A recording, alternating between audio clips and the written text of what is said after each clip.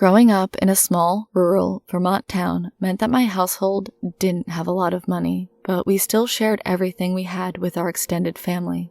That included letting my aunt, uncle, and cousin move in with us when they got evicted from their house. Everything was just fine until the crying started. For 2 years, from age 12 to age 14, I had to share a room with my little cousin Katie. It wasn't all bad since she was close enough to my age that she wasn't a pest, but I hated the blackout curtains we had to hang so that any outside light didn't keep her up at night. I loved seeing the moonlight filter through the screen in the summer, and I missed that once Katie moved in. It was the second year that they had been living with us when the crying began. At first, I thought it was Katie sobbing quietly when she thought I was asleep, which made sense to me because she had just gotten dumped a few days before. I figured she didn't want to talk because she was ashamed of being the one who got dumped, or she was still just too heartbroken. Over the next few weeks, however, I began realizing that it was coming from different places within our room at night. I couldn't understand why Katie was continuing to cry so much, and anytime I asked her about it, she just looked scared and shook her head. I thought something else had happened between her and her ex-boyfriend, but she just wouldn't talk to me. I told my mom and Ann about it one night when Katie was out at her friend Bree's house, but they just shrugged it off and said that we were going through a rough time. My slightly drunk aunt joked that Katie was probably crying at night because my fashion sense was so bad, and that maybe we should try a nightlight if we were going to be babies. I ignored her and decided that I was done with the whole thing. Things came to a head about a month after I talked to my mom and aunt.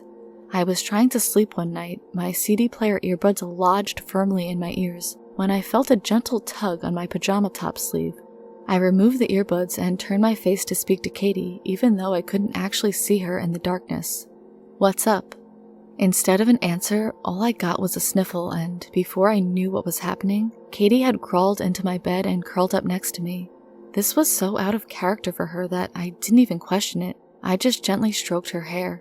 She quieted down after a bit, and I covered her with my spare blanket because she was so cold. I must have fallen asleep at some point because I woke up to Katie moving around next to me. She leaned over, her soft whisper barely reaching my ears. "Run, the one who got me is coming for you." I had no idea what she meant. I felt her get off the bed, and then everything was still and silent again. I strained my eyes to make her out in the pitch darkness, but with the blackout curtains, I couldn't tell where she had gone. "Katie, who's coming? You're creeping me out." She never responded. A primordial growl sliced through the quiet, and a white-hot pain blurred my senses. I screamed as wet, warm liquid ran down my face, and a single hand snaked its way around my throat. I tried to kick out at Katie, but my feet didn't seem to be able to connect with anything. The air was rapidly getting squeezed from my lungs, and no matter how hard I tried, it was impossible for me to tear free of the vice-like hand. I was about to pass out when my door was flung open and my father stood there. The hand had released my throat, and after a moment of catching my breath, I realized it was just my father and I in the room. He shouted to my mom to call an ambulance, and he tried asking me what happened. I frantically begged him to search the room, but there was no one else there.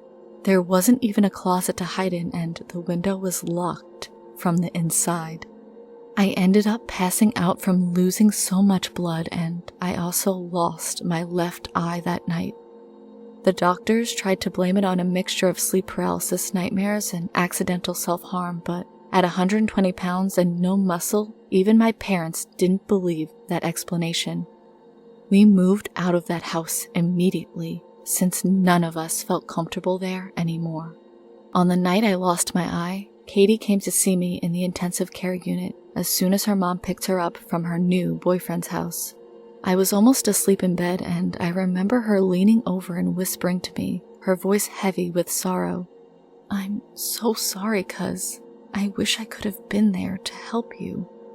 Even in my drug-induced, mostly asleep state, it struck me that her whisper didn't sound at all like the one that tried to warn me about the attack. I never had another strange experience again, and when we moved, I even got my own room. Since then, I never fail to make sure that some sort of light is on in the room, and on those rare nights when I hear crying, I always make sure to leave the house for a while.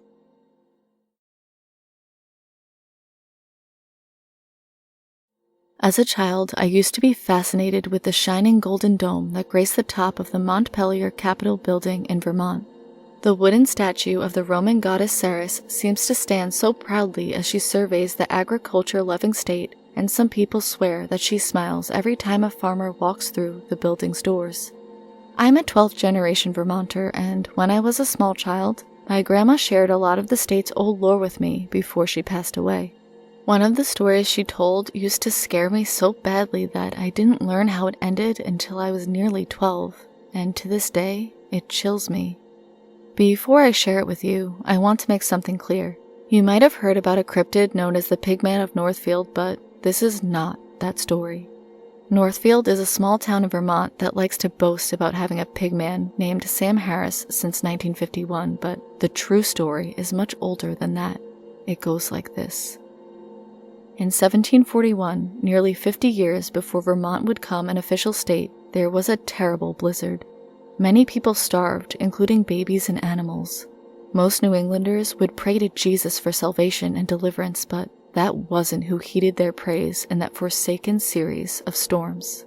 The Roman goddess Ceres, known to many by her Greek counterpart name of Demeter, heard the prayers. The prayers came from a group of people who lived in the tiny town of Westminster, and some of them even shared her archaic bloodline. She took pity on the families and promised that, as long as they made sure to celebrate her once a year with an autumn pig roast, she would give them food they so desperately needed.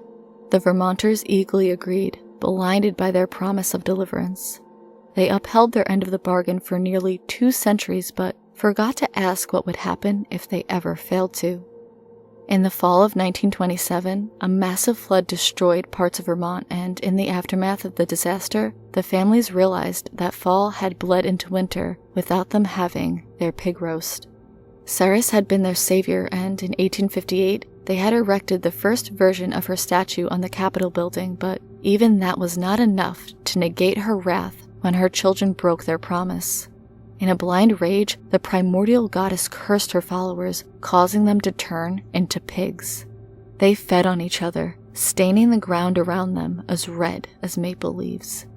Few survived, and those that did were eaten by bears or turned into bacon when nearby farmers found the pigs wandering on their properties. Ceres, a mother herself, chose to spare only one from certain doom. A little girl named Alice White became the first so-called pigman of Vermont, and the goddess had cursed her with humanist sentience. She could walk like a human, think like a human, and feel like a human, but she couldn't talk like one. The rumors say that she ran away from her old home so that her fearful neighbors wouldn't slaughter her or give her to the government to experiment on. Some think that she died on that fateful day along with the rest of her oath-breaking family, and others say that she lived to become the mother of Sam Harris. Whether you believe she's a ghost or something more tangible, the one thing that everyone can agree on is that if you see her and are alone or unable to run, it will be your blood staining her muzzle next. She only leaves behind the gnawed, bloody bones of her victims, nothing more. I myself have never seen a pigman, but there are more than enough eyewitness accounts for me to believe that these creatures are out there. Even if my grandma's story isn't real and a little girl named Alice White never existed, I can't prove that it isn't true. Ceres is known to hate pigs, so who can say that such a powerful deity never cursed a few mortals? I know that I wouldn't bet against her.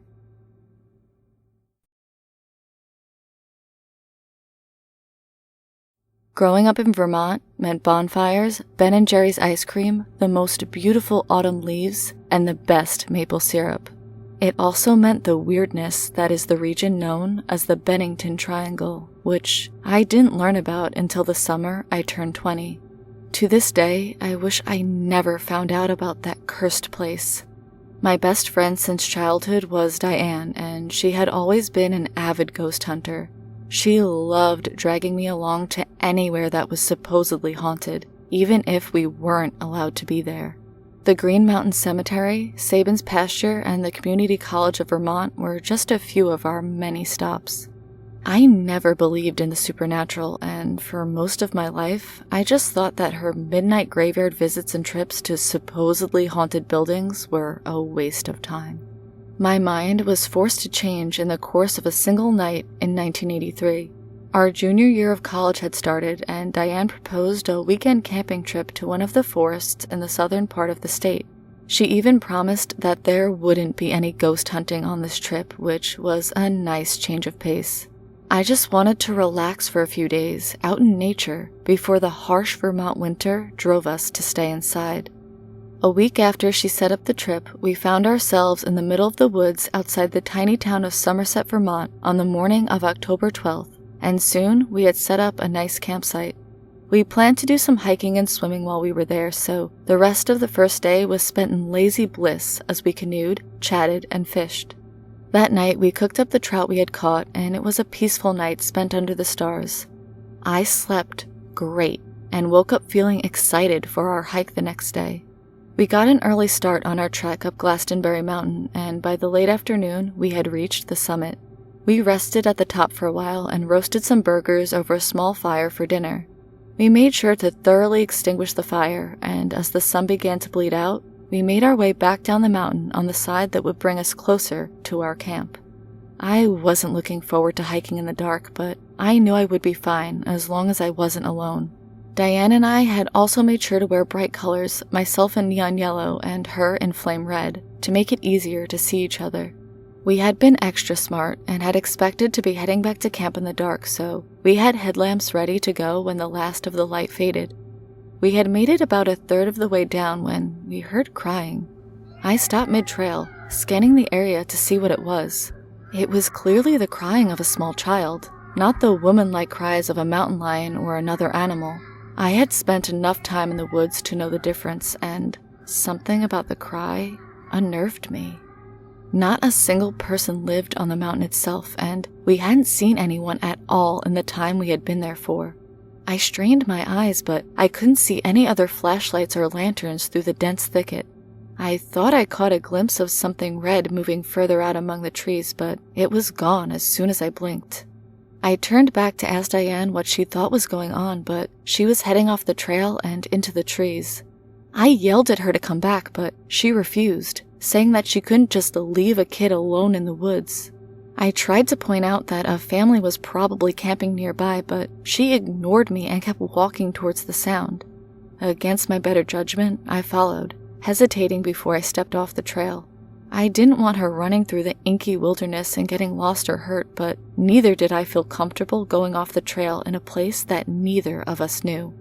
Within 10 minutes, I regretted my decision. I had been able to see her for the first few minutes, but then I lost sight of her shirt. Even the sound of her rapid footsteps crunching the dead autumn leaves began to fade, and no amount of shouting had brought her back. I listened, trying to pinpoint any sound, when I saw a flash of red out of the corner of my eye. I was so relieved that Diane had returned that I whipped around, a grin on my face. My relief was immediately replaced by confusion. No one was there, and after a few seconds, it dawned on me that I still hadn't heard a sound. A moment later, a tug on my sleeve made me scream. I looked down in horror, my heartbeat drumming in my ears, and I saw a little boy in a red jacket. He was looking up at me with huge, tear-filled eyes, and I felt my fear soften slightly. "Hey kid, where are your parents at?" I don't know. Mommy was here, but now she's not." I crouched down to eye level, making sure that my headlamp wasn't blinding him. "What's your name?" Paul. "I'm Jeanette, and it's nice to meet you, Paul." He stuck out his hand like a little adult, and I shook it with an amused smile. He was a cute kid, and for the first time, I was glad that we had gone off the trail to find him. "Let's go look for your mom and my friend, okay?" He nodded trustingly, and he slipped his hand into mine. We had no idea which direction to take, so we made our way further into the dense woodland. I kept us going in a straight line from the path, and we made sure to call for Diane and his mom every few minutes. I was getting more and more nervous about going deeper into the forest, but I still couldn't bring myself to abandon my friend. Nearly 2 hours later, we ran into the trail again, and it was very close to our campsite. I was hoping that Diane had been smart enough to wait there for me if she had made it that far, and I was extremely worried at this point. We both had a small flare gun on us in case of an emergency, and that was the only thing assuring me that she was still okay. I got a small fire going since Paul's hand was frigid, and I offered to warm him up some cocoa. He politely declined and curled up in a camping chair by the fire. I sat there in our other chair for about an hour waiting for Diane to return, and at some point I must have dozed off. When I woke, there was a woman by the fire with a weirdly blank look on her face. I blinked rapidly to shake the sleepiness from my eyes, thinking that she was a dream, but the figure remained. I was confused and began to panic when it dawned on me who she was. "Hi, you must be Paul's mom. I'm so glad you found us." "My name is Paula." "Oh, that's cute. You named him after you." "He is not my child." "Oh, sorry." She hadn't moved, and the silence stretched tensely between us. I yawned and rubbed my eyes since I thought I was seeing things. A darkness had begun to seep from her body, and at first I thought it was the firelight casting odd shadows or my eyes playing tricks, but it began to pool from her skeletal fingers on the ground. I swore, quickly scrambling out of the chair and away from her. By then I had noticed that Paul wasn't in sight, and I screamed for him. The woman still hadn't moved, but the ooze had reached my tent. It began to dissolve the nylon, an acidic hiss whirring with the crackling from the fire. I don't remember anything after that except for running towards the car and trying to explain to the police what had happened. They didn't believe me, of course. When we arrived back at the campsite, they blamed drinking and an unguarded fire for the state of the tent, even though there was no alcohol in my system. They began searching for Diane, but never found any trace of another person. 5 years later, her case went cold, and I wouldn't be writing this down if my 12-year-old nephew hadn't asked me to help him on a school project he was working on about people who have seen ghosts. When I asked my nephew why he picked me to interview, he looked up at me, just like little Paul had done, and handed me an old yellowed newspaper article dated October 14th, 1950. It showed a picture of a little boy in a familiar red jacket, and the headline was about his disappearance near Glastonbury Mountain on October 12, 1950. My nephew tugged gently at my sleeve, his eyes wide as he stared at the tears flowing down my cheeks. "Don't cry, Auntie. Not everyone gets to meet 2 ghosts in one night." "2? Yeah. Don't you ever go to the library?" I shook my head, and, exasperated, he pulled out a second article from his school folder. This one had a picture of the woman I had seen that night, and it was about her disappearance from the same area in 1946.